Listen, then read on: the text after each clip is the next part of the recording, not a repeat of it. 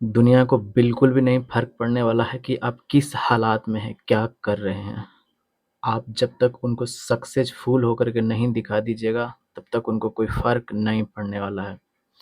आप बहुत से लड़के क्या है ना कि केवल पढ़ते हैं, सिर्फ़ पढ़ते हैं। आपको देखिए पढ़ने के साथ-साथ में एकदम पागल बनना पड़ेगा। एकदम लक्ष्य के अलावा आपको कुछ नहीं दिखाई देना चाहिए। 1 साल आपको एकदम डेडिकेट दे होना है, एकदम होना ही है। वरना तो फिर आपको पता ही है कि क्या हासिल होता है, ठीक है? बाकी तो आप खुद समझदार हैं। तो चलिए हम सिर्फ़ यही आपको कह सकते हैं कि आप दिल लगा कर के मेहनत कीजिए, ठीक है? चलिए हम शुरुआत करते हैं। थंबनेल में आप देख ही लिए हैं, ठीक है? तो आज टॉप 50 क्वेश्चन जो है 1 से 50 तक वो हम आज निकाल देते हैं, ठीक है? और बिल्कुल अच्छी तरीके से आपको हम उससे संबंधित जो-जो चीज़ आएँगे वो हम समझाते चलेंगे, ठीक है? तो चलिए देर नहीं करते हुए हम क्वेश्चन की ओर आगे बढ़ते हैं। क्या बोला गया है कि जैन परंपरा के अनुसार कौन अंतिम से एक पूर्व तीर्थंकर माने जाते हैं? यानी अंतिम तीर्थंकर की बात किया गया है। तो अंतिम तीर्थंकर कौन थे? तो अंतिम तीर्थंकर की बात करते हैं तो अंतिम तीर्थंकर महावीर थे। ये महावीर कैवें तीर्थंकर थे? तो कहिए कि 24वें तीर्थंकर थे, ठीक है? तो अंतिम तीर्थंकर से एक पूर्व की बोला गया है, तो एक पूर्व की बोला गया है यानी 23वें तीर्थंकर की बोला गया है। तो 23वें तीर्थंकर कौन थे? तो 23वें तीर्थंकर थे पार्श्वनाथ, ठीक है? 23वें तीर्थंकर कौन थे? तो पार्श्वनाथ। तो मेरा आंसर कौन सा हो जाएगा? आंसर ऑप्शन नंबर ए हो जाएगा।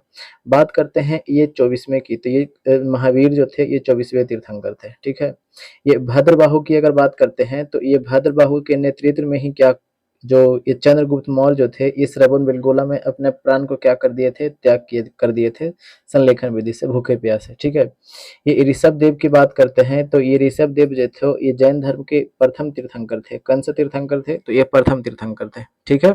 चलिए अब आगे बढ़ते हैं, अगले क्वेश्चन पे बढ़ते हैं।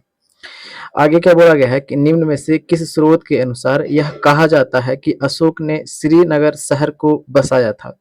किस ये जैसे में ये बोला गया है कि श्रीनगर शहर को बसाया था कौन? तो ये अशोक बसाया था। तो किस स्रोत में ये मिला है, ठीक है? तो श्रीनगर को बसाने का स्रोत जो मिला है ये कल्हन की एक राजत रंगनी पुस्तक है। तो देखिए क्वेश्चन यहाँ पे ये है कि राजत रंगनी का लेखक कौन है? राजत रंगनी का लेखक कौन है? तो राजत रंगनी का लेखक की बात करते हैं तो उसकी लेखक कौन है? तो ये कल्हन, ठीक है? ये कल्हन ने ही क्या किया था? कश्मीर के जितने भी राजा है यानी कश्मीर के इतिहास को लिखा था कौन से पुस्तक में? तो यही राजत रंगनी में, ठीक है? आगे बढ़े तो ऑप्शन नंबर इसका क्या हो जाएगा? ऑप्शन नंबर 4 हो जाएगा, ठीक है? आगे बढ़ते हैं, अगले पे चलते हैं। क्या बोला गया है कि दक्षिण भारत में जैन धर्म का प्रचार प्रसार हुआ था? अब देखिएगा जैसे में दो भाग में बट गया था, एक था भद्रबाहु, ठीक है? भद्रबाहु के नेतृत्व में, जो भद्रबाहु के नेतृत्व में बटा था और एक था स्थूलभद्र के नेतृत्व में, ठीक है? स्थूलभद्र के नेतृत्व में। तो जो स्थूलभद्र के नेतृत्व में बटा था, जो नेतृत्व करता थे ये श्वेतांबर के थे, श्वेतांबर के थे। और ये भद्रबाहु किसके नेतृत्व करता थे? तो दिगंबर के थे, ठीक है?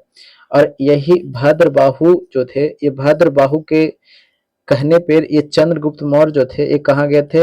ये श्रवण बेलगोला गए थे और अपने प्राण को क्या कर दिए थे? त्याग कर दिए थे, ठीक? संलेखन विधि से भूखे प्यासे त्याग कर दिए थे। तो अब ये कहाँ श्रवण बेलगोला कहाँ है? तो वही आगे कर्नाटका में है। तो कर्नाटका में है तो दक्षिण भारत में कौन सा प्रचार कर रहा है? तो यही भद्रबाहु, ठीक है? तो मेरा आंसर कौन सा हो जाएगा? तो आंसर हो जाएगा ऑप्शन नंबर डी हो जाएगा। आंसर ऑप्शन नंबर डी हो जाएगा, ठीक है? बात करते हैं गौतम बुद्ध की। तो गौतम बुद्ध के अगर हम बचपन का नाम बोलते हैं तो गौतम बुद्ध के बचपन का नाम क्या था? तो कहिए कि सिद्धार्थ इनका बचपन का नाम था, ठीक है? बात करते हैं इनकी जन्म की, तो जन्म कब हुआ था? तो 563 ईसा पूर्व में हुआ था, ठीक है? तो ये कहाँ हुआ था? तो ये लुम्बिनी में हुआ था। ये लुम्बिनी कहाँ पड़ता है? तो ये लुम्बिनी आज जो पड़ता है ये नेपाल में पड़ता है, ठीक है? लुम्बिनी की कपिल वस्तु में हुआ था, ठीक है? आगे बढ़ते हैं, अगले क्वेश्चन पे चलते हैं। आगे क्या बोला गया है कि गुप्त काल में सर्वोच्च न्यायिक प्राधिकार किसके पास था? यानी गुप्त काल जो आप पढ़ते हैं ये सबसे पहले तो देख लीजिएगा गुप्त वंश, ठीक है? ये गुप्त वंश के संस्थापक कौन थे? तो गुप्त वंश के संस्थापक की अगर बात करते हैं तो इसके संस्थापक कौन थे? तो इसके संस्थापक थे श्रीगुप्त, ठीक है? फिर इसके बाद श्रीगुप्त के बाद बनता है इनका बेटा घटोत्कच, ठीक है? घटोत्कच बनता है तो ये घटोत्कच क्या बनता है? शासक बनता है और दोनों ने उपाधि धारण किया था, महाराज की उपाधि धारण किया था। कौन किसका उपाधि? तो महाराज का उपाधि धारण किया था, ठीक है? ये थोड़ा सा हमने बेसिक चीज बता दिया। हमें क्वेश्चन पे क्या बोला गया है? क्वेश्चन पे बोला गया है कि सर्वोच्च न्यायिक प्राधिकार किसके पास था, तो सर्वोच्च न्यायिक प्राधिकार की बात करते हैं तो ये राजा के पास था। किसके पास था, राजा के पास था। अगर बोलते हैं कि न्यायिक का पदाधिकारी कौन था, तो पदाधिकारी की बात बोलते हैं जिस समय आज के भी अधिकारी होता ना है, तो उस टाइम जो अधिकारी था उसे क्या बोला जाता था, तो उस टाइम अधिकारी जो था उसे महादंड नायक बोला जाता था। उसे क्या बोला जाता था, महादंड नायक कहा जाता था। ठीक है, समझ में आ रहा है। आगे बढ़ते हैं, अगले पे चलते हैं।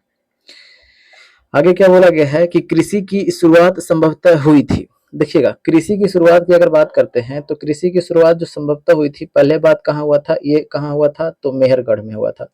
तो ये मेहरगढ़ कहाँ पड़ता है, तो ये मेहरगढ़ पड़ता है जाकर के आज पाकिस्तान में पड़ता है। ठीक है, ये मेहरगढ़ कहाँ पड़ता है, तो ये मेहरगढ़ कहाँ पड़ता है, तो ये पाकिस्तान में पड़ता है। ठीक है, ये पाकिस्तान में ही सर्वप्रथम क्या हुआ था, कृषि के साक्ष्य मिले थे, यानी कृषि हुआ था उसके साक्ष्य कहाँ मिले थे, तो ये मिले थे मेहरगढ़ में। कब की बात है, तो ये 7000 ईसा पूर्व की बात है। कब की बात है, तो 7000 ईसा पूर्व की बात है। ठीक है, आगे बढ़े। ठीक है, आगे बढ़ते हैं। लेकिन एक बात हम और यहाँ पे बताते क्या चलते हैं कि ये सबसे पहले तो ये इसका खोज हुआ था, ये मेहरगढ़ का खोज हो चुका था। लेकिन अगर एक और खुदाई हुई थी जो नवीन उत्खनन के बाद बात कर सकते हैं हम, तो उसके बाद में खुदाई हुआ था, इसके बाद में खुदाई हुआ था। तो उस टाइम भी कृषि के, वहां से भी कृषि के साक्ष्य मिले हैं। तो कहाँ से मिले हैं, तो लोहरा देव से, लोहुरा देव से। ठीक है, लोहुरा देव से भी कृषि के साक्ष्य मिले हैं। ठीक है, लेकिन अगर ऑप्शन में ये मेहरगढ़ है और ये है, तो अब आप आंख बंद करके किसके मार करके चलिएगा, आप मेहरगढ़ के मार के चलिएगा। ठीक है, अगर इस लेहुरा देव की अगर बात करते हैं तो ये 9000 ईसा पूर्व से 8000 ईसा पूर्व के आसपास में इसकी क्या हुई थी, कृषि का साक्ष्य यहाँ से मिला था। ठीक है, तो हमें ये तो ऑप्शन में दिया नहीं गया है, तो हमें ऑप्शन में दिया गया है 7000 ईसा पूर्व। तो कौन सा आंसर हो जाएगा, तो आंसर हो जाएगा 7000 ईसा पूर्व के आसपास। ठीक है, आगे बढ़ते हैं, अगले पे चलते हैं। क्या बोला गया है कि निम्न में से किस समकालीन ब्राह्मणवादी विश्वास में बुद्ध ने पूर्ण आस्था व्यक्त की थी। देखिएगा, सबसे पहले हम देखते हैं कि क्या बुद्ध ने ईश्वर को माना था, तो ईश्वर को नहीं माना था। ठीक है, कर्म के सिद्धांत को तो माना था कि नहीं माना था। बात है आत्मा का रूपांतरण, क्या आत्मा को माना था, आत्मा को नहीं माना था। इसने जीवन चक्र के एक, जिसमें इसने बताया था क्या कि जो व्यक्ति है, ये व्यक्ति के 4 गो वर्णाश्रम बताए थे। कौन कौन से वर्णाश्रम बताए थे, तो एक तो बताए थे ब्रह्मचर्य जीवन। ठीक है, ब्रह्मचर्य जीवन, तो ब्रह्मचर्य जीवन कब से कब तक, 0 से 25 तक, यानी जन्म लेगा तब 25 वर्ष की अवस्था तक ब्रह्मचर्य जीवन जिएगा। ठीक है, फिर गृहस्थ जीवन। ठीक है, गृहस्थ जीवन जिसमें क्या होता है, मियाँ बीबी अट्टे, जिसमें मियाँ बीबी टे का मतलब समझ ही गए होंगे। 25 से लेकर के 50 वर्ष तक की अवस्था क्या होती थी, गृहस्थ जीवन जीता था। ठीक है, एक होता था वानप्रस्थ। ठीक है, वानप्रस्थ, ये वानप्रस्थ कब जीता था, तो 50 से लेकर के 75 वर्ष तक। ठीक है, और सन्यासी जिस समय अय भगवान अब हमको उठा लीजिए, हाँ उठा लीजिए, ये कब होते थे, सन्यासी, यानी 75 से लेकर के 100 वर्ष की अवस्था में। तो ये कब हो गया, ऑप्शन नंबर डी हो जाएगा। ठीक है, जीवन चक्र की हो जाएगा। आगे बढ़ते हैं, अगले पे चलते हैं। क्या बोला गया है कि किस स्थान पर भगवान महावीर की मृत्यु हुई थी। तो सबसे पहले अगर बात करते हैं ये महावीर, तो ये महावीर है, ये महावीर है जो कैमे क्रम के हैं, तो ये 24वें तीर्थंकर हैं। ठीक है, बात करते हैं इनकी जन्म की, तो जन्म कब हुआ था, तो जन्म हुआ था 540 ईसा पूर्व में। तो कहाँ हुआ था, ये तो क्वेश्चन बन रहा है ना। तो जन्म हुआ था इनका कुंडल ग्राम में। कहाँ, कुंडल ग्राम में हुआ था। तो कुंडल ग्राम कहाँ, तो कुंडल ग्राम वैशाली में हुआ था। ठीक है, कुंडल ग्राम वैशाली में हुआ था। बात करते हैं इनके पिता की नाम, तो इनके पिता का नाम क्या था, तो इनके पिता का नाम क्या था, तो इनके पिता का नाम था शुद्धोधन। ठीक है, अब इस यहाँ पे नहीं है तो इसको आगे लिख लेते हैं, आगे मिटा देते हैं। ठीक है, चलिए यहाँ पे देख लेते हैं। यहाँ पे तो देख लिया हमने, और बात यहाँ पर जन्म हमने देख लिया। बात करते हैं इनकी मृत्यु की। ठीक है, तो इनकी मृत्यु जो हुआ था, तो इनकी मृत्यु हुआ था पावापुरी में हुआ था। कहाँ में हुआ था, तो इनकी मृत्यु कहाँ हुआ था, पावापुरी में हुआ था। ठीक है, और सॉरी अभी हमने क्या बता दिया, ये महावीर के पिता का नाम हमने शुद्धोधन बता दिया, नहीं, महावीर के पिता का नाम सिद्धार्थ था। ठीक है, ने मिस्टेक्स कर दिया। ठीक है, ये महावीर के पिता का नाम क्या था, सिद्धार्थ था। शुद्धोधन जो नाम था ना, ये गौतम बुद्ध के पिता का नाम था। ठीक है, ये महावीर के पिता का नाम क्या था, सिद्धार्थ था, और वो शुद्धोधन जो था ये गौतम बुद्ध के पिता का नाम था। इनकी मृत्यु की बात करते हैं तो इनका मृत्यु कहाँ हुआ था, पावापुरी में हुआ था। ठीक है, अगर बात करते हैं इनके ज्ञान की प्राप्ति, तो ज्ञान की प्राप्ति कहाँ हुई थी, तो जिरिम्बिक ग्राम में। कहाँ पे, जिरिम्बिक ग्राम में। तो कहाँ पे, कहाँ में हुआ था, जिरिम्बिक ग्राम में। कहाँ, तो रिजुपालिका नदी के तट पर, रिजुपालिका नदी के तट पर। ठीक है, तो मेरा आंसर कौन सा हो जाएगा? मृत्यु के बारे में पूछा गया है, तो मृत्यु कहाँ हुआ था? तो मृत्यु हुआ था पावापुरी में, ठीक है। ठीक है। ये वैशाली, वैशाली में क्या हुआ था? जन्म हुआ था। बात करते हैं कुशीनगर में, तो कुशीनगर में गौतम बुद्ध का क्या हुआ था? तो गौतम बुद्ध का मृत्यु हुआ था, ठीक है। गौतम बुद्ध का क्या हुआ था? मृत्यु हुआ था। राजगिरी की बात करते हैं, तो राजगिरी में प्रथम बौद्ध संगीति हुआ था, ठीक है। प्रथम बौद्ध संगीति की बात करते हैं, तो प्रथम बौद्ध संगीति कहाँ हुआ था? राजगिरी में हुआ था, ठीक है। तो आप ये कमेंट बॉक्स में बताइएगा कि प्रथम बौद्ध संगीति के अध्यक्षता किसने किया था, ठीक है। आगे बढ़ते हैं, अगले पे चलते हैं। आगे क्या बोला गया है? महावीर का जन्म 540 ईसा पूर्व में किस स्थान पर हुआ था? तो अभी हमने देखा कि महावीर का जन्म 21वें क्रम के हैं, तो 24वें तीर्थंकर हैं, ठीक है। ये कहाँ हुआ था? तो कुंडल ग्राम में हुआ था, ठीक है। कुंडल ग्राम में कहाँ? तो कुंडल ग्राम वैशाली में पड़ता है, तो ऑप्शन नंबर ए हो जाएगा। इन बात करते हैं ये सारनाथ की, तो सारनाथ में क्या किए थे? तो गौतम बुद्ध जो थे ये प्रथम अपना उपदेश दिए थे ज्ञान प्राप्ति के बाद में, ठीक है। ये मगध की बात करते हैं, तो मगध मगध मगध में एक वंश था, ठीक है। उस वंश का नाम था हर्यक। तो बताइएगा कि हर्यक जो अगर अति साहित्य के अनुसार देखा जाए तो मगध पर पहला शासन करने वाला वंश ही कौन था? हर्यक वंश था, ठीक है। तो हर्यक वंश के संस्थापक कौन थे? तो हर्यक वंश के संस्थापक थे बिंबिसार। कौन थे? तो बिंबिसार थे, ठीक है। आगे बढ़े, आगे चलते हैं, अगले में बढ़ते हैं। क्या बोला गया है कि सांची के स्तूप का निर्माण किसने करवाया था? तो सबसे पहले आपको देखना है कि ये सांची के जो स्तूप है, ये सांची के स्तूप है कहाँ? है कहाँ पे? तो ये है कहाँ पे? एमपी में, यानी मध्य प्रदेश में है, ठीक है। तो ये मध्य प्रदेश में है, तो ये स्तूप का निर्माण किसने करवाया था? तो इसका निर्माण करवाया था मौर्य सम्राट का एक राजा था अशोक। इसने अशोक ने ही करवाया था, ठीक है। बात करते हैं अब यहाँ पे समुद्रगुप्त की बात करते हैं, ठीक है। तो समुद्रगुप्त क्या था? तो ये समुद्रगुप्त था अश्वमेध यज्ञ करवाया था। अश्वमेध यज्ञ, अश्वमेध यज्ञ क्या होता है वो आगे चलेंगे तो हम आपको बताते चलेंगे, ये यहीं पे बताते चलते हैं, ठीक है। अश्वमेध क्या होता है? सो अश्वमेध यज्ञ होता है ना कि ये पान प्रतिष्ठा की बात करते हैं, यानी शक्ति की बात करते हैं। अगर शक्ति को दर्शाना है तो वो जो अश्वमेध यज्ञ किया करता था, कौन यज्ञ करता था? अश्वमेध यज्ञ। जिसकी कितना जो राजा शक्तिशाली होगा वो अश्वमेध यज्ञ करता था, ठीक है। कैसे? जो अभी अभी भी समझ में नहीं आया, जैसे में हम बताते हैं। क्या अश्व मतलब क्या होता है? तो अश्व मतलब होता है घोड़ा, ठीक है, ठीक है। अब ये एक घोड़ा होता था, ये कहाँ पे?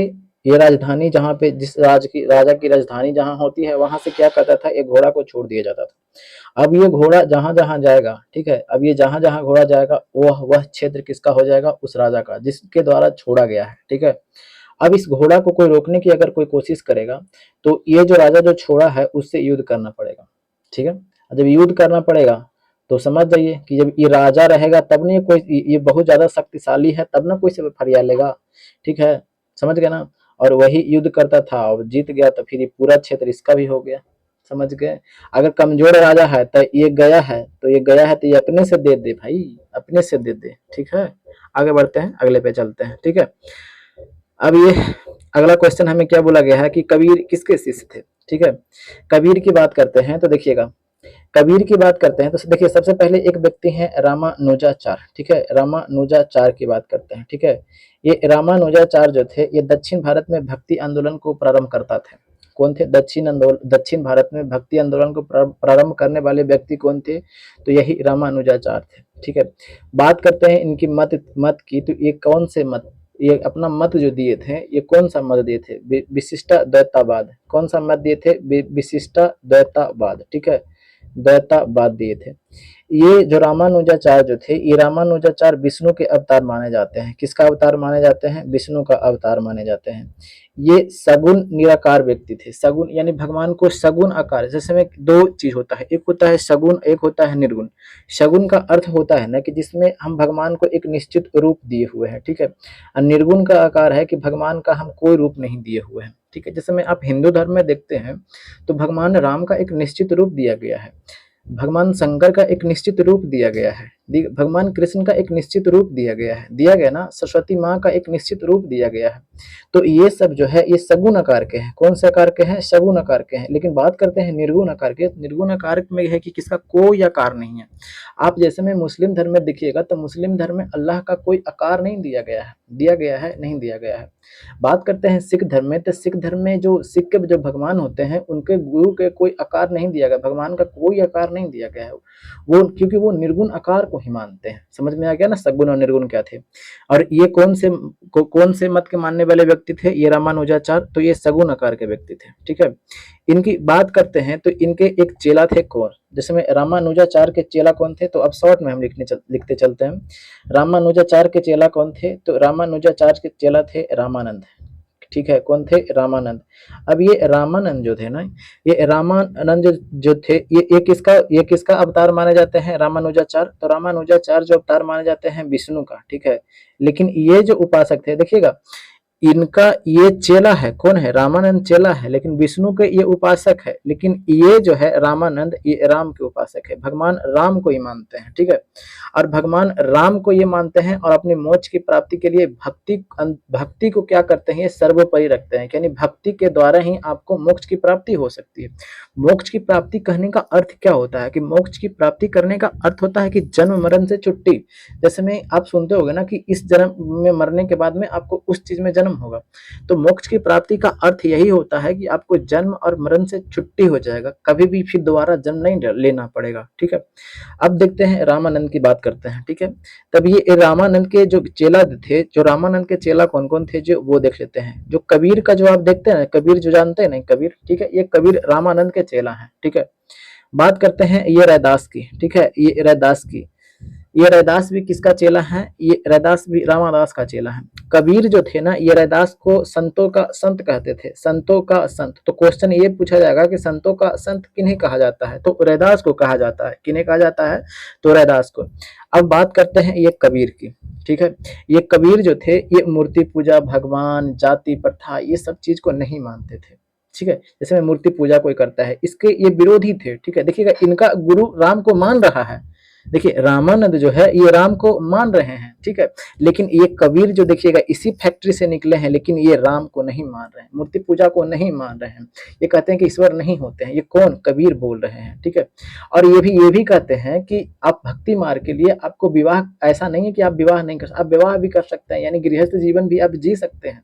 ठीक है, और इन्होंने कहा कि ज्ञान आपको ग्रहण कर लिए, जरूरी नहीं है कि आप किताबी ज्ञान को ही, किताब से ही ग्रहण किया जा सकता है ज्ञान। ठीक है, किताब से ही ग्रहण नहीं किया जा सकता है किताब। ये ऐसा कौन बोलते हैं? तो ऐसा कबीर बोलते हैं। ठीक है, इनकी कुछ किताबें हैं जो काफी ज्यादा फेमस होते हैं, कि इनकी जो कुछ पुस्तकें हैं वो पूछा जाता है, तो वो आप एक बार देख लीजिए, ताकि आपको दिमाग से निकलते चलेगा, तो आप ज्यादा दिन तक आपके दिमाग में रहेंगे। ठीक है, एक है सखी। ठीक है, सखी अगर पूछेगा कि सखी किसका पुस्तक है, तो ये सखी कबीर का पुस्तक है। फिर उसके बाद में मंगल। ठीक है, सखी है, फिर एक ठो शबद है। ठीक है, फिर एक ठो होली है, फिर एक ठो और क्या है? बसंत है।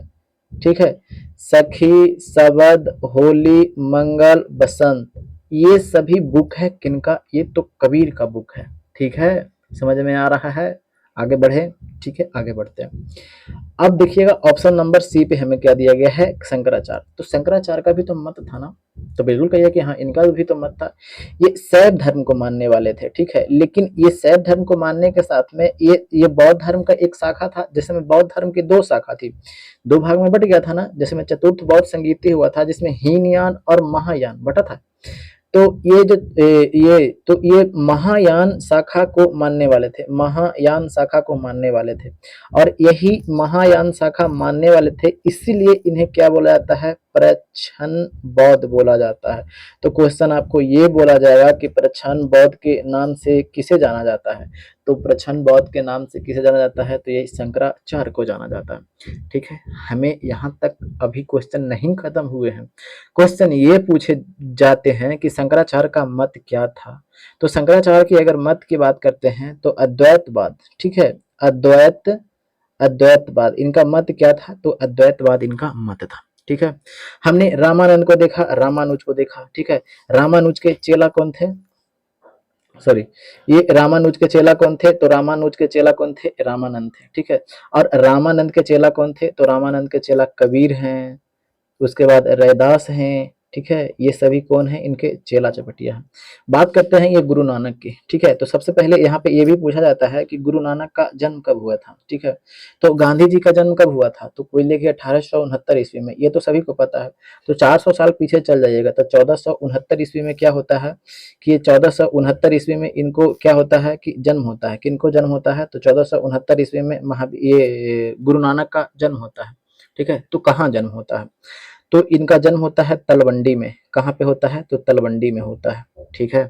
ठीक है, आगे बढ़ते हैं। अब देखिएगा इनका जो ये जो व्यक्ति जो थे, ये व्यक्ति क्या कहते थे कि ये निर्गुण आकार को मानते थे, ठीक है। जैसे मैं अब हम जाइएगा तो गुरु नानक को अपने लिस्ट में देखिएगा तो हमने गुरु नानक को जितने भी 10 गुरु हैं काफी अच्छे तरीके से समझाया है, ठीक है। क्योंकि यहाँ पे हम क्वेश्चन डिस्कस कर रहे हैं तो सभी चीज तो यहाँ पे नहीं बता सकते हैं। ये निर्गुण आकार के मानने वाले व्यक्ति थे। कौन थे? निर्गुण आकार के मानने वाले थे, ठीक है। आगे बढ़ते हैं, अगले पे चलते हैं। बोला क्या गया है कि पुरी में स्थित विश्व जगन्नाथ मंदिर का निर्माण किसने करवाया था? तो सबसे पहले ये जगन्नाथ मंदिर के बारे में पूछा गया है। तो सबसे पहले ये जगन्नाथ मंदिर है कहाँ? तो कहिए कि ये जगन्नाथ मंदिर उड़ीसा में है। तो उड़ीसा में पुरी, पुरी एक जिला है, ठीक है। जिस तरह से एक पटना जिला है, जहानाबाद जिला है, बिहार का एक जिला है नहीं, सीतामढ़ी जिला है, ठीक है, सहरसा जिला है, ये सब जो जिले हैं ना, उसी तरह से उड़ीसा में एक जिला है, वो जिला का नाम क्या है? पुरी। और पुरी में ही एक मंदिर है जगन्नाथ मंदिर। तो कहिए कि जगन्नाथ मंदिर तो ठीक है, जगन्नाथ मंदिर है, तो ये कौन से भगवान को समर्पित है? तो ये भगवान कृष्ण को समर्पित है। कौन से भगवान को समर्पित है? तो ये भगवान कृष्ण को समर्पित है। हम बात यहाँ पे कर रहे हैं कि इसका निर्माण किसने करवाया था। तो इसका निर्माण की अगर बात करते हैं तो इसका निर्माण करवाया था कौन? अनंत बर्मन ने करवाया था, ठीक है। तो देखिएगा यहाँ से कई क्वेश्चन बन जाते हैं। जगन्नाथ मंदिर कहाँ है? पूरी उड़ीसा में पड़ता है, ठीक है। ये कौन से भगवान को समर्पित है? तो ये भगवान कृष्ण को समर्पित है, ठीक है। इसकी अगर निर्माण की बात करते हैं तो इसका निर्माण किसने करवाया था? तो इसका निर्माण करवाया था अनंत बर्मन ने करवाया था। तो ऑप्शन नंबर बी इसका ऑप्शन नंबर सही हो जाएगा, ठीक है। आगे बढ़ते हैं। अब देखिएगा डायनासोर विलुप्त की बात बोलते हैं। ये डायनासोर विलुप्त यानी खत्म कब हो गया था, ठीक है। अगर बात करते हैं ये जुरासिक युग में, तो जुरासिक युग में डायनासोर था, ठीक है। जुरासिक युग में डायनासोर की उत्पत्ति हुई थी। लेकिन क्रिटेशियस युग की अब बात करते हैं तो क्रिटेशियस युग में इसका क्या हो गया था? खत्म हो गया था, समाप्त हो गया था, ठीक है।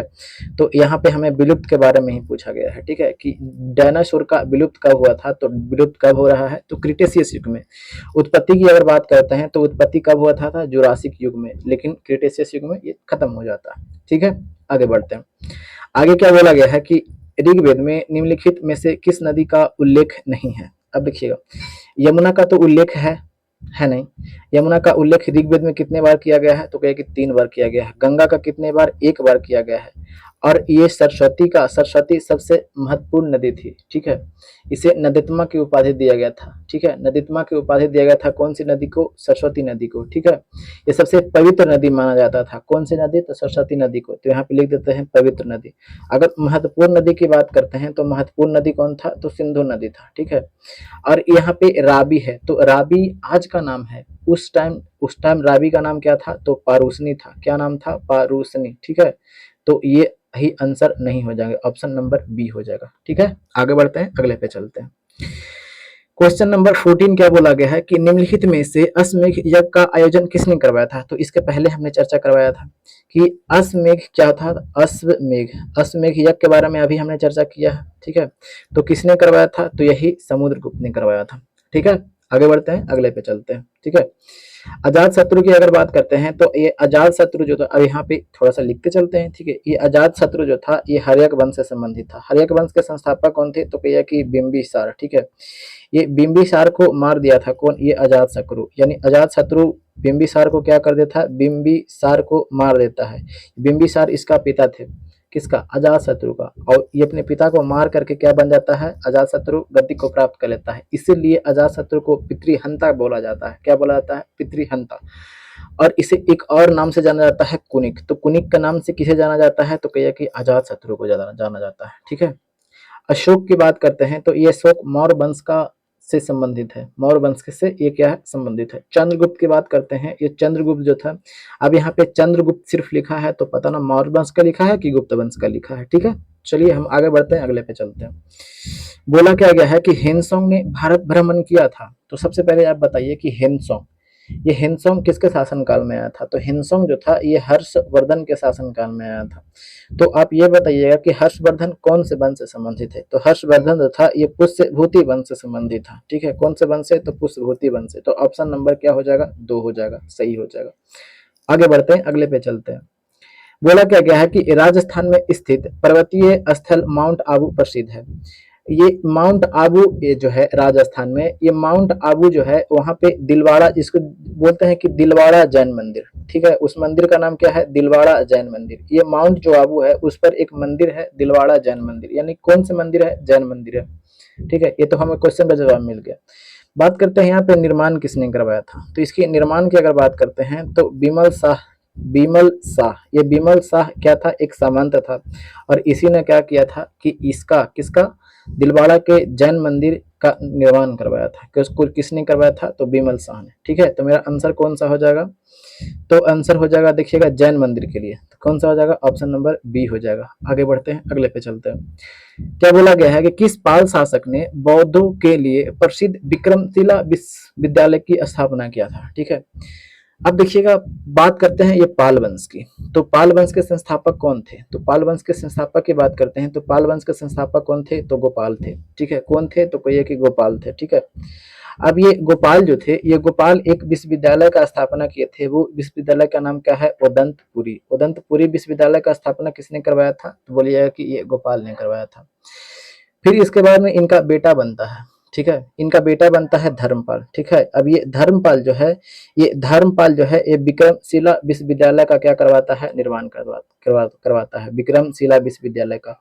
और जो वो नालंदा विश्वविद्यालय था, ये नालंदा विश्वविद्यालय का क्या करवाता है? पुनरुद्धार करवाता है। ठीक है, और कई सारे गांव क्या करते हैं? दान में देते हैं, ताकि इसका जो भरण पोषण हो जो चलता रहे। ठीक है, तो हमें पूछा क्या गया था कि विक्रमशिला विश्वविद्यालय का निर्माण किसने करवाया था? तो विक्रमशिला विश्वविद्यालय का निर्माण कौन करवा रहा है? तो यही धर्मपाल करवा रहा है।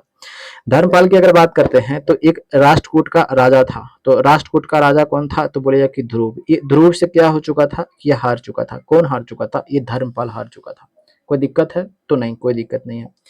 एक बात हम और बताते चलते हैं कि ये परम सौगात की उपाधि धारण किया था। किसका उपाधि धारण किया था? तो परम सौगात। तो परम सौगात की उपाधि धारण कौन किया था? तो कहिए कि परम सौगात की उपाधि धारण कौन किया था? तो यही धारण किया था, धर्मपाल ने किया था। यहाँ तक कोई दिक्कत? तो कहिए कि कोई दिक्कत नहीं है। अब एक और बताते चलते हैं कि ये कन्नौज जो आप देखते हैं, कन्नौज यहाँ पे, जहाँ से आज अभी अखिलेश यादव जो है क्या है?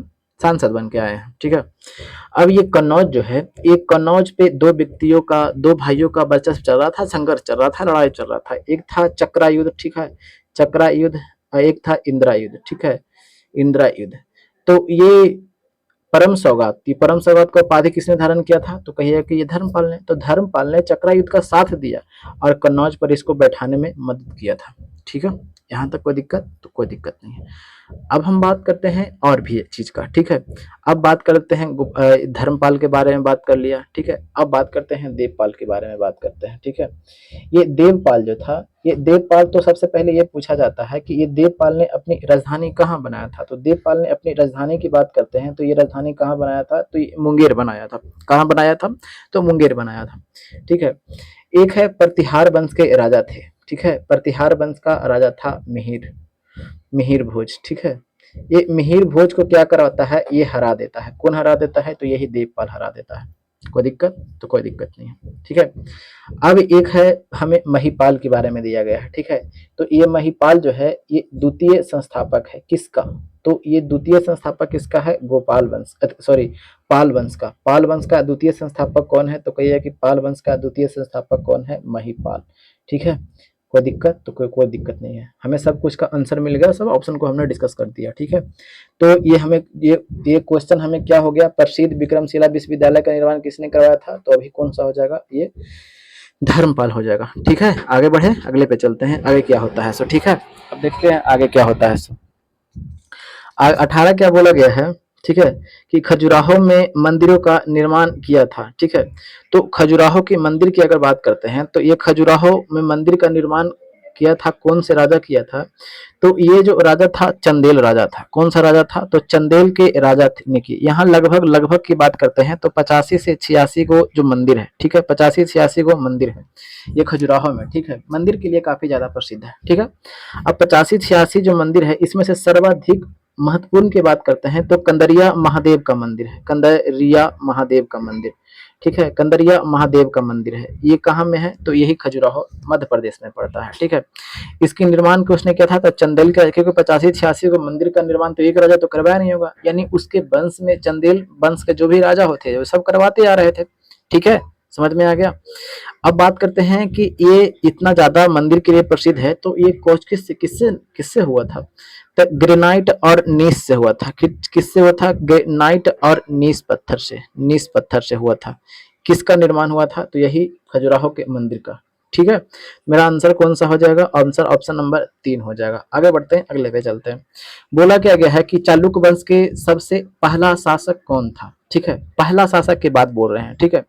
तो चालुक्य वंश के पहला शासक की बात करते हैं तो चालुक्य वंश का पहला शासक कौन था? तो यही पुलकेशिन प्रथम था, ठीक है। और लेकिन सबसे विख्यात यही चालुक्य वंश में सबसे विख्यात कौन था? तो यही पुलकेशिन द्वितीय था, जिसने हर्षवर्धन को क्या किया था कि नर्मदा नदी पार करने से क्या कर दिया था? रोक दिया था। कौन? पुलकेशिन द्वितीय। लेकिन हमें पूछा गया है प्रथम, तो पुलकेशिन प्रथम हो जाएगा, ठीक है। आगे बढ़ते हैं, चलिए आगे बढ़ते हैं। और इसी में ये पुलकेशिन द्वितीय के बारे में जो ये अभिलेख मिलता है, ये कौन से अभिलेख से प्राप्त होता है? तो एहोल अभिलेख से। कौन से अभिलेख से प्राप्त होता है? तो कहिए कि एहोल अभिलेख, ये होल अभिलेख से प्राप्त होता है, ठीक है, ये होल अभिलेख, ठीक है। आगे बढ़ते हैं, आगे चलते हैं, अगले पे क्वेश्चन पे बढ़ते हैं। आगे क्या बोला गया है कि सांची स्तूप किस शासक ने बनवाया था? तो ठीक है, सांची का स्तूप सबसे पहले देखिए कि सांची का स्तूप है कहाँ? तो कहिए कि मध्य प्रदेश में है। तो इसका निर्माण किसने करवाया था? तो निर्माण किया था अशोक ने किया था। तो ऑप्शन नंबर क्या हो जाएगा? 2 हो जाएगा, ठीक है। आगे बढ़ते हैं, चलिए अब ऑप्शन पे देख लेते हैं। ये पुष्यमित्र बोला गया है, तो पुष्यमित्र शुंग बोला, यानी ये पुष्यमित्र शुंग यानी शुंग वंश के संस्थापक कौन थे? तो शुंग वंश के संस्थापक थे यही पुष्यमित्र शुंग थे। हर्यक वंश किस वंश, ये हर्षवर्धन कौन से वंश से संबंधित था? तो ये बोलेगा कि पुष्यभूति वंश से संबंधित था, ठीक है, यहाँ तक कोई दिक्कत नहीं। ये बिंबिसार की बात करते हैं तो ये बिंबिसार ये हर्यक वंश का संस्थापक था, ठीक है, ये हर्यक वंश के संस्थापक कौन था? तो कहिए कि बिंबिसार था। अशोक की बात करते हैं तो ये अशोक कौन से वंश से संबंधित था? तो ये मौर्य वंश से संबंधित था। कोई दिक्कत नहीं, आगे बढ़े, आगे चल, ठीक है। बात क्या बोला गया है कि कुषाण शासक कनिष्क राज्यारोहण किस वर्ष में हुआ था? ठीक है, तो ये कुषाण जो है, ये कुषाण का शासक कौन था? कनिष्क, ठीक है। ये कनिष्क जो करता है 78 ईस्वी में, कब? 78 ईस्वी में। ये 78 ईस्वी में राज्यारोहण करता है, यानी राज तिलक इसकी होती है। और राज तिलक होती है तो इसी के उपलक्ष्य में एक संवत चलाता है, कैलेंडर चलाता है, जिसे क्या बोला जाता है? शक संवत।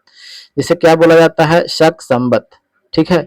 तो शक संवत कब होता है? तो ये 78 ईस्वी में। तो ऑप्शन नंबर डी हो जाएगा, ऑप्शन नंबर 4 हो जाएगा। आगे बढ़े, ठीक है, आगे बढ़ते हैं। अब यहाँ पे एक और है दिया हुआ कि 58 बीसी में, ठीक है। तो ये 58 बीसी के बाद बोलते हैं तो यहाँ पे विक्रम संवत की अगर बात करते हैं तो विक्रम संवत चलाया था। कब चलाया था? तो विक्रम संवत कब? 58 बीसी में। आगे बढ़ते हैं, अगले पे चलते हैं। क्या बोला गया था कि बुद्ध के उपदेश किससे संबंधित है? ठीक है, तो बुद्ध के उपदेश किससे संबंधित है? ठीक है, आत्मा संबंधी विवाद से, ब्रह्मचर्य से, धार्मिक कर्मकांड से, आचरण की शुद्धता व पवित्रता से। किससे थे? ये आचरण की पवित्रता और शुद्धता से था। क्यों? ये क्या कहते थे कि गुरुजन का आदर करो, माँ बाप का आदर करो, अपने आचरण के बारे में बताते थे नहीं। तो किससे संबंधित है? वही आचरण की शुद्धता से, यानी आचरण को शुद्ध करने से संबंधित था। ऑप्शन नंबर डी हो जाएगा। आगे बढ़ते हैं, ठीक है। क्या बोला गया कि सिंधु सभ्यता के बारे में निम्न में से कौन सा कथन असत्य है? असत्य के बारे में पूछा गया है। नगरों में नलियों की सुदृढ़ व्यवस्था थी, हाँ जी, इसके लिए तो ये विख्यात था। तो हमें असत्य को पूछा है तो ये तो खत्म कर देंगे। व्यापार और वाणिज्य उन्नत दशा में था, हाँ जी, व्यापार और वाणिज्य काफी उन्नत दशा में था। जिस आप खुद सोच करके देखिए कि ये लोथल में आपको क्या बंदरगाह मिल रहे हैं, जो लोथल गुजरात में पड़ता है। सुतका गंडोर से भी आपको व्यापार होता था, वहां पे बेबीलोन से व्यापार होता था। ये बलूचिस्तान वगैरह जो आप देख रहे हैं वहां से क्या होता था व्यापार। ईरान, दक्षिण भारत, अफगानिस्तान, सभी जगह से क्या होते थे? व्यापार होते थे, ठीक है। तो ये व्यापार तो काफी उन्नत किस्म का था। तो ये तो सही है, तो ये तो नहीं होगा। मातृ देवी की उपासना, यस यस यस, हड़प्पा से आपको मातृ देवी की मूर्ति मिली भी है, तो ये भी नहीं होगा। तो लोहे की परिचित से, तो लोहे की परिचित महाजनपद काल में आता है। कब? महाजनपद काल में, महाजनपद काल में। तो महाजनपद काल कब की? 600 ईसा पूर्व के आसपास में है। तो क्या ये होगा? तो कहिए कि ये नहीं होगा, तो ये खत्म हो गया।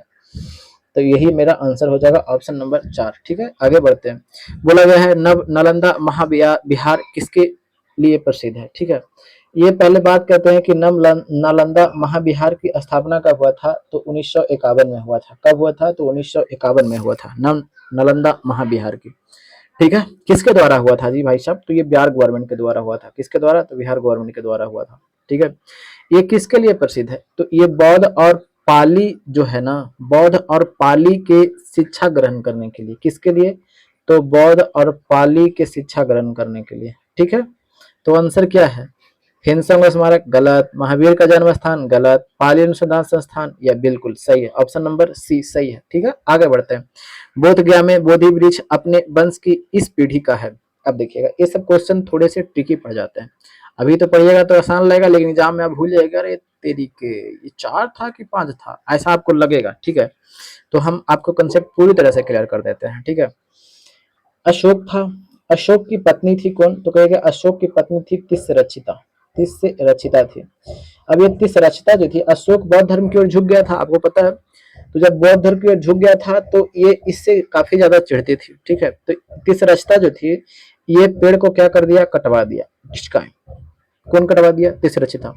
जब अशोक अपने राज्य से दूर गया हुआ था, कहीं भ्रमण पे गया हुआ था। अब पता है कि पीपल का पेड़ का जो जड़ जो होते हैं कई किलोमीटर दूर तक फैला होता है। ठीक है, तो ये जो था ये कटवा तो दी कौन? तिस्सरचिता। फिर उसके बाद में ये जड़ फूज गया। ठीक है, ये जड़ फूज गया, तो ये पहला जो वंश का था ये तो खत्म हो गया। तो जड़ फूज गया तो फिर ये दूसरा वंश का हो गया। तो फिर आपके सामने ये दूसरा पेड़ आ गया, दूसरा वंश का आ गया। यहाँ तक कोई दिक्कत? तो कोई दिक्कत नहीं है। ठीक है, तो आप जानते हैं कि शशांक, ठीक है, ये शशांक था। ये शशांक राजा जो था, राजा जो था, ये शैव धर्म को मानने वाला था, यानी शिव का उपासक था।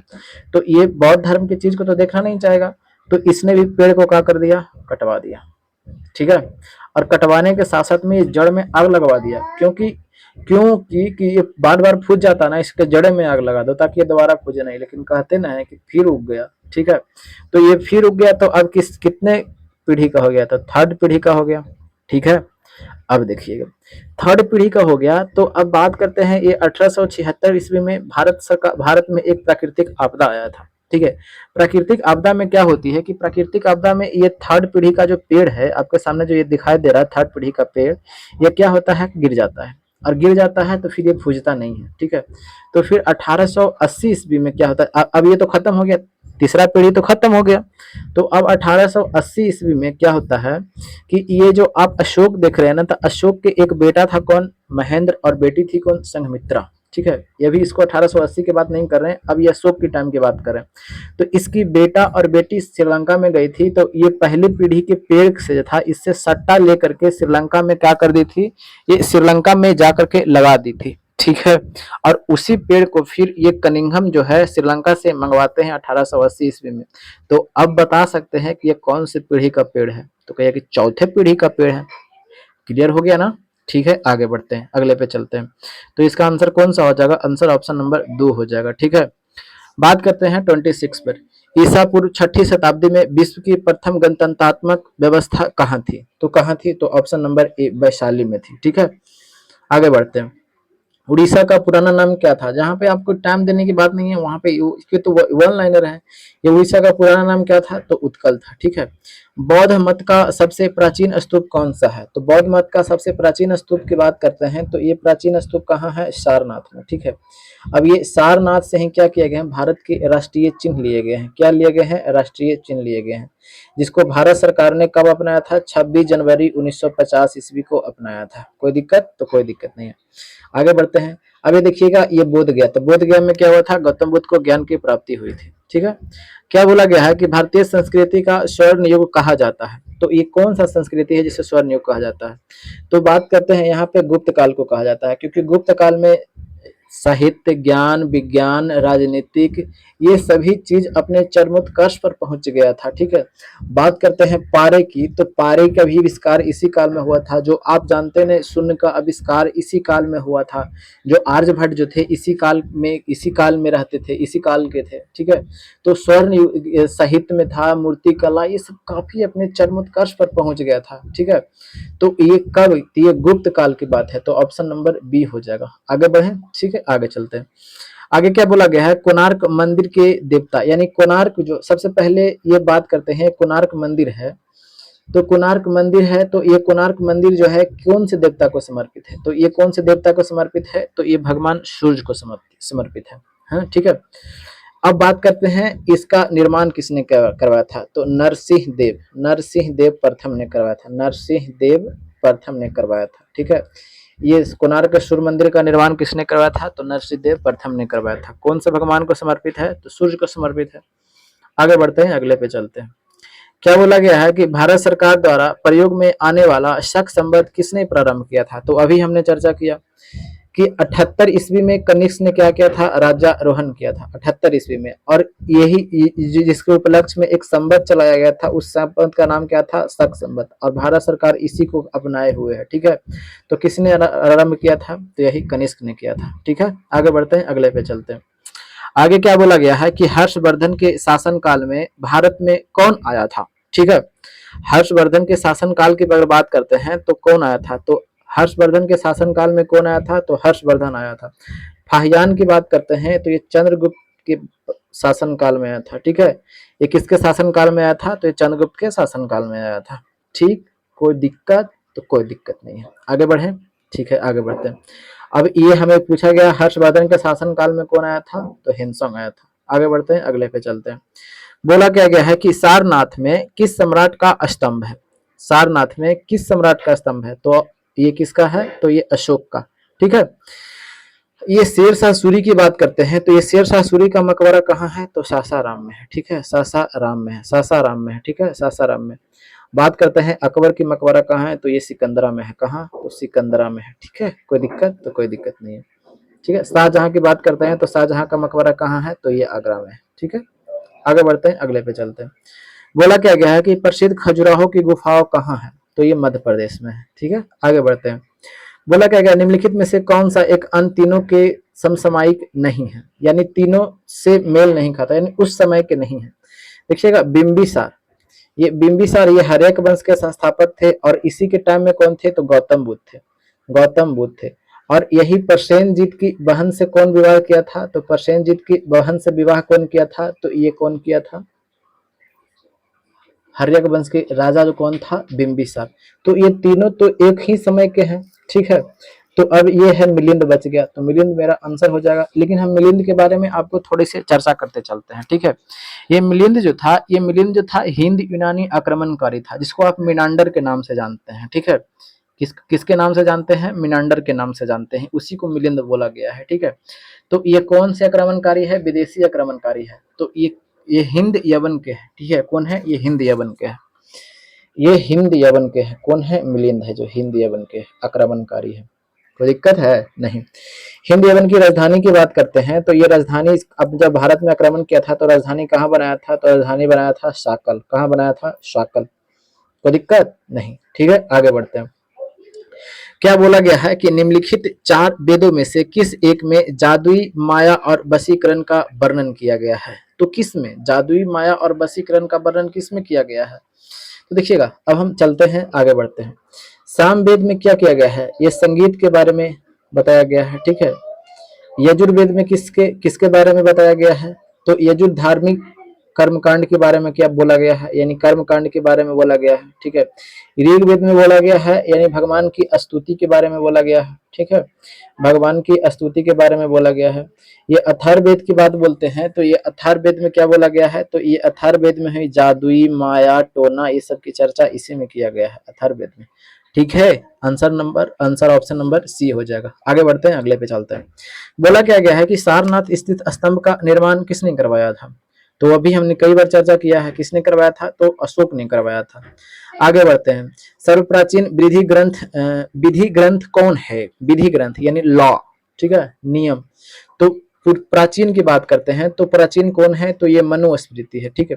तो मनुस्मृति क्या है, सबसे पहले तो आपके दिमाग में ये घूमता है कि मनुस्मृति क्या है। तो ये मनुस्मृति जो है ये हिंदू धर्म का धर्म शास्त्र है, यानी विधि, इसमें धर्म के शास्त्रों के बारे में लिखा गया है, हिंदू धर्म का है, ठीक है। तो इसके रचयिता कौन है, तो ये इसके रचयिता है मनु, ऋषि मनु है, ठीक है। तो आंसर मेरा क्या हो जाएगा, आंसर हो जाएगा ऑप्शन नंबर ए, ठीक है। आगे बढ़ते हैं, काम सूत्र के बारे में चर्चा करते हैं। तो ये काम सूत्र जो आप समझते हैं ना कि सिर्फ उसी क्या है कि इसमें सिर्फ वैवाहिक जीवन के ही बारे में नहीं बताया गया है, इसमें बहुत चीज के बारे में, जीवन के, स्त्री के बारे में, फिर उसके बाद में जो भी कष्ट है जीवन के से संबंधित वो सभी इसी में बताया गया है, काम सूत्र में बताया गया है, ठीक है। आगे बढ़ते हैं, तो ये काम सूत्र की बात करते हैं तो इसके लेखक कौन है, वात्स्यायन, कौन है, वात्स्यायन, ठीक है। आगे बढ़ते हैं, अगले पे चलते हैं। आगे क्या बोला गया है कि गुप्त संवत कब प्रारंभ हुआ था, ठीक है। तो चलिए अब एक बार फिर से देखते हैं, गुप्त संवत की ओर चलते हैं, ठीक है। गुप्त गुप्त वंश का स्थापना किसने किया था, तो कहे कि श्रीगुप्त ने किया था, ठीक है। ये श्रीगुप्त के बाद एक राजा इनका बना था बेटा घटोचक, ठीक है, घटोचक बना था। ये दोनों ने दोनों महाराज की उपाधि धारण किया था। घटोचक के बाद राजा बनता है चंद्रगुप्त प्रथम। ये चंद्रगुप्त प्रथम बनता है और ये कब बनता है, तो 319 ईस्वी में क्या करता है, ये राज्यारोहण करता है। और राज्यारोहण करता है और इन्होंने अपना उपाधि क्या लिया था, तो इन्होंने अपना उपाधि लिया था विक्रमादित्य का, ठीक है, विक्रमादित्य का उपाधि लिया था, ठीक है। अब देखिएगा, अब इन्होंने 319 ईस्वी में क्या किया है कि राज्यारोहण किया है। और राज्यारोहण किया है तो इसके उपलक्ष्य में एक संवत चलाया था, ठीक है। तो उस संवत का नाम था क्या था, तो उस संवत का नाम था गुप्त संवत, ठीक है। उस संवत का नाम क्या था, गुप्त संवत। तो मेरा आंसर कौन सा हो जाएगा, आंसर ऑप्शन नंबर 2 हो जाएगा। 78 ईस्वी की बात करते हैं तो 78 ईस्वी में कौन सा संवत चला था, तो शक संवत चला था, ठीक है। आगे चलते हैं, अगले पे चलते हैं। गुप्त वंश का संस्थापक कौन था, तो अभी हमने बताया कौन था, श्रीगुप्त। अगर वास्तविक संस्थापन पूछ देता तो चंद्रगुप्त प्रथम हो जाता, ठीक है। आगे चलते हैं, ये तोल्कापियर क्या था, तो तोल्कापियर क्या था, एक व्याकरण था। तो ये कौन सी भाषा में लिखा गया है, तो ये तमिल भाषा में लिखा गया है। ये क्या है, तो कहिए कि ये व्याकरण है, ठीक है। ये कौन से व्यक्ति लिखे हैं, तो तोल्कापियर नाम का व्यक्ति है, वही लिखे हैं।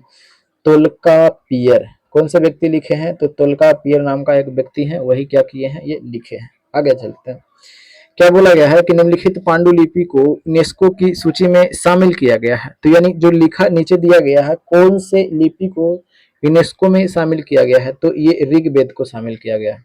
बात करते हैं ये ऋग्वेद की, तो ये ऋग्वेद सबसे पुराना वेद है। कौन सा वेद है, तो सबसे पुराना वेद है, ठीक है।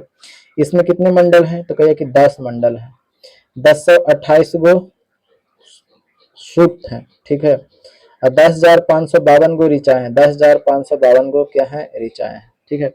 बात करते हैं ये तीसरा मंडल की, तो तीसरा मंडल की रचना किसने किया था, तो तीसरा मंडल की रचना विश्वामित्र ने किया था, जिसमें गायत्री मंत्र का चर्चा किया गया है, ठीक है। आगे चलते हैं, आगे बढ़ते हैं। 9वां मंडल में किसका है, सोमरस का वर्णन किया है। 10वां मंडल में क्या किया गया है, ये शूद्रों के बारे में चर्चा 10वां मंडल में ही किया गया है, ठीक है। आगे बढ़ते हैं, आगे क्या देखा गया है, हमने कहाँ तक देखा, ठीक है। 43 देखते हैं, पुरातन अवशेषों के कालक्रम का निर्धारण किस पद्धति से होता है, तो किस पद्धति से होता है, यानी जो पुरातन जो अवशेष है उसको आपको काल पता करना है कि कौन से वर्ष का है, तो कौन से वर्ष का है, तो उसका एक विधि है। तो कार्बन 14 पद्धति से क्या किया जाता है, उसका पता लगाया जाता है, जिससे यूरेनियम डेटिंग विधि से भी इसका पता लगाया जाता है, ठीक है। मेरा आंसर कौन सा हो जाएगा, 2 हो जाएगा। आगे क्या बोला गया है कि सम्राट अशोक महान, जिसने 40 वर्षों तक भारत में राज्य किया, की राजधानी उस समय कहाँ थी, तो उस समय राजधानी कहाँ थी, पाटलिपुत्रा थी, ठीक है। क्योंकि ये मौर्य वंश, देखिए अब समझाते चलते हैं, तो ये मौर्य वंश है। तो ये मौर्य वंश का संस्थापक कौन थे, तो बोलिए कि चंद्रगुप्त मौर्य थे। कौन थे, तो कहिए कि चंद्रगुप्त मौर्य। तो ये किसे हरा करके बने थे, चंद्रगुप्त मौर्य, तो घनानंद को मार करके ये मौर्य वंश का स्थापना किए थे, ठीक है। तो ये चंद्रगुप्त मौर्य थे। अब ये चंद्रगुप्त मौर्य के बाद इनका बेटा बनता है कौन, तो बिंदुसार। अब ये बिंदुसार के बाद में कौन बनता है, तो ये बिंदुसार के बाद में बनता है कौन, अशोक। और ये सब की राजधानी कहाँ है, तो ये सब की राजधानी पाटलिपुत्र है, कहीं चेंज नहीं हुआ है, ठीक है। आंसर हो जाएगा ऑप्शन नंबर 3। आगे चलते हैं, बोला क्या गया है कि प्राचीन नगर तक्षशिला निम्नलिखित में से किसके बीच में है। तक्षशिला अब देखिएगा, अभी हमने पढ़ा ये तक्षशिला के बारे में बताते हैं। तो तक्षशिला में ही जो चंद्रगुप्त मौर्य जो अभी हमने बताया, तो चंद्रगुप्त मौर्य के जो गुरु जो थे, तो चंद्रगुप्त मौर्य के गुरु जी कौन थे? तो यही कौटिल्य थे, ठीक है, जिसको विष्णुगुप्त बोला जाता है, ठीक है। अब ये कहाँ पे शिक्षा दीक्षा दिया करते थे? तो यही तक्षशिला में दिया करते थे, ठीक है। वहीं के ये आचार्य जी थे, कौन?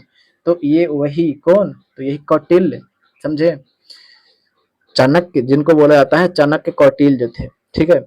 तो ये तक्षशिला किसके किसके बीच में स्थित है? तो सिंधु और झेलम के बीच में स्थित है। कौन से नदी के बीच में स्थित है? सिंधु और झेलम के बीच में। तो ऑप्शन नंबर ए हो जाएगा। आगे बढ़ते हैं। हड़प्पा सभ्यता संबंधित है, तो किससे संबंधित है? हड़प्पा सभ्यता में लौह है जी? नहीं है। पाषाण युग, ये तो है ही नहीं, इसने कांस्य युग से संबंधित है। ऑप्शन नंबर ए हो जाएगा, ठीक है। अब देखिएगा, चीनी यात्री हेनसोंग ने भारत का भ्रमण कब किया था? ह से हेनसोंग, हर्ष से हर्षवर्धन। ऑप्शन नंबर 3 हो जाएगा, ठीक है। आगे बढ़ते हैं। आगे क्या बोला गया है कि कल्हन द्वारा रचित राजत रंगनी है। तो अभी हमने चर्चा कुछ देर पहले भी चर्चा किया था कि कल्हन ने एक पुस्तक लिखा था, उस पुस्तक का नाम क्या था? तो कहिए कि राजत रंगनी, ठीक है। अब ये राजत रंगनी कौन लिखे हैं? तो बोलिए कल्हन। ये राजत रंगनी में किसके बारे में जानकारी मिलती है? तो कश्मीर के इतिहास के बारे में जानकारी मिलती है। तो हम आपसे पूछ देते हैं कि ये कल्हन जो थे, ये किसके दरबार में रहते थे? तो कल्हन जो थे, ये कश्मीर के एक राजा थे, हर्ष। कौन? ये हर्ष के दरबार में ये कल्हन क्या करते थे? रहते थे। तो कश्मीर का इतिहास यहाँ पे ऑप्शन सही है। आगे बढ़ते हैं। क्या बोला गया है कि सारनाथ स्तूप कहाँ है? तो सारनाथ, सबसे पहले आप बताइए कि ये सारनाथ है, ठीक है। ये सारनाथ में क्या हुआ था कि भगवान बुद्ध ने प्रथम उपदेश यहीं पे दिया था, ठीक है। अब ये कहाँ है? तो ये वाराणसी में है, ठीक है। आगे चलते हैं, अगले पे बढ़ते हैं। बोला क्या गया है कि प्राचीन भारत का सुप्रसिद्ध व्यक्ति पाणिनि कौन था? तो पाणिनि जो था एक व्याकरणाचार्य था। कौन था? तो ये व्याकरणाचार्य था। इसके ये जो जैसे में एक बात है क्या कि इस बोला जाता है ये कौन से राजा के दरबार में रहते थे? तो ये इनके डेट के बारे में ज्यादातर भ्रांतियां फैली हुई है, ठीक है। तो वो डेट तो कभी पूछा नहीं जाएगा, ठीक है। बात यहाँ पे पूछा किया जाएगा कि ये सुपाणि जो थे ये कौन थे? तो व्याकरणाचार्य थे। कौन थे? व्याकरणाचार्य थे, ठीक है। गणितज्ञ कौन थे? तो गणितज्ञ वही आप खगोल शास्त्री भी थे। कौन? तो वही आर्यभट्ट, ठीक है। आगे बढ़ते हैं। क्या बोला गया है कि एक विशाल सार्वजनिक स्नानागार सिंधु घाटी सभ्यता के कौन से स्थान से मिला है?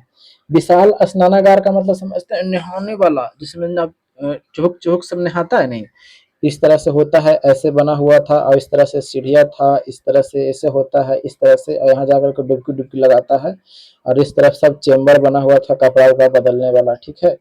तो ये कहाँ पे मिला था? तो ये जो मिला था कहाँ पे? तो ये मोहनजोदड़ो में मिला था। कहाँ मिला था भाई?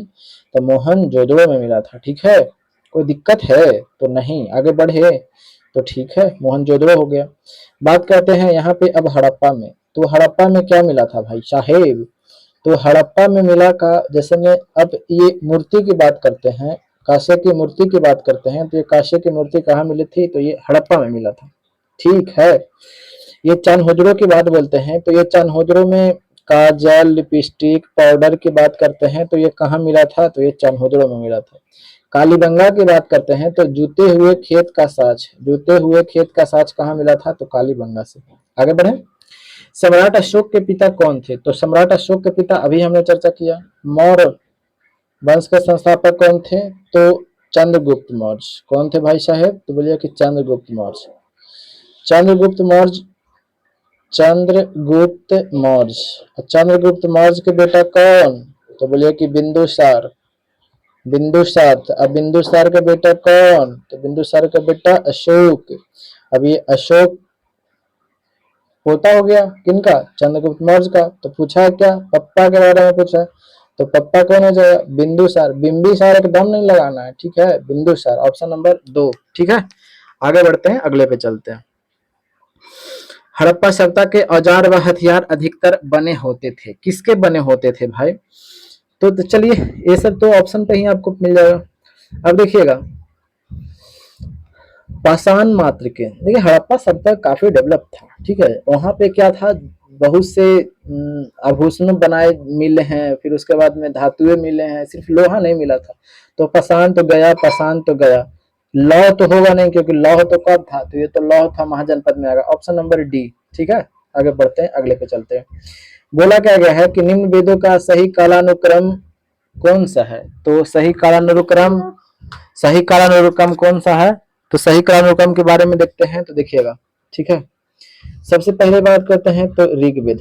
ठीक है, ऋग्वेद है, फिर उसके बाद में सामवेद है।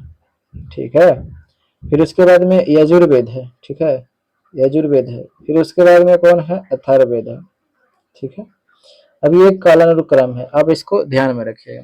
ऋग्वेद सबसे पुराना वेद है। ठीक है, ये तीनों को क्या बोला जाता है? वेद त्रयी बोला जाता है, और चारों को क्या कहा जाता है? संहिता कहा जाता है। ठीक है, कोई दिक्कत नहीं है। ठीक है, तो अब ऑप्शन में मिला के देख लीजिएगा कि कौन सा इसका आंसर हो जाएगा। तो एक बार देख ही लेते हैं, क्योंकि आप लोग को तो बनाया बनाया है, चाहिए ही तो चाहिए। ठीक है, तो चलिए हम देखिए लेते हैं। सबसे पहले ऋग्वेद को देखते हैं। ये सबसे पहले ऋग्वेद है, फिर उसके बाद सामवेद है। तो ऋग्वेद सामवेद, ऋग्वेद ये अथर्ववेद दिया गलत, ये सामवेद ऐसे दिया गलत, ऋग्वेद सामवेद, फिर उसके बाद में यजुर्वेद है, लेकिन अथर्ववेद दे दिया है गलत, ऑप्शन नंबर बी होगा। ठीक है, तो ये टॉप 50 प्लस क्वेश्चन थे। ठीक है, तो आप वीडियो अच्छा लगता होगा तो लाइक एंड सब्सक्राइब कीजिएगा, क्योंकि थोड़ा सा आप सपोर्ट कीजिएगा तो हम और भी अच्छे तरीके से लेकर के आएंगे आपके सामने। ठीक है, तो उम्मीद करते हैं कि आपको अच्छा लगा होगा सेशन।